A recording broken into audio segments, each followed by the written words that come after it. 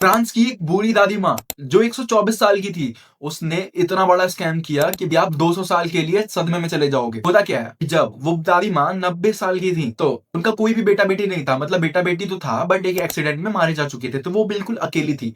अब फ्रांस में जनरली ऐसा होता है कि जो बूढ़े लोग होते हैं उनके पास लोग जाते हैं और एक डील साइन करते हैं कि आप जब मरेंगे तो आपकी प्रॉपर्टी आप मेरे नाम कर दीजिएगा, बाकी तब तक आप जब तक आप जिंदा हैं तब तक मैं आपकी सेवा करूंगा या करूंगी। तो एक लॉयर जो होता है वो उन दादी माँ के पास जाता है और कहता है कि दादी माँ, मैं आपकी सेवा करूंगा, बदले में मैं आपको 2.5 लाख रुपए महीना भी दूंगा। बस आपको इतना करना है कि जब आप मरेंगी उससे पहले आप एक डील साइन कर लेते हैं कि मरने के बाद आपकी जो प्रॉपर्टी होगी वो मेरे नाम हो जाएगी। तो दादी माँ बोलती है ठीक है। अब 2.5 लाख रुपए महीना वो लॉयर दादी माँ को देने लगता है और उनकी सेवा भी करता है, उनके साथ भी रहता है।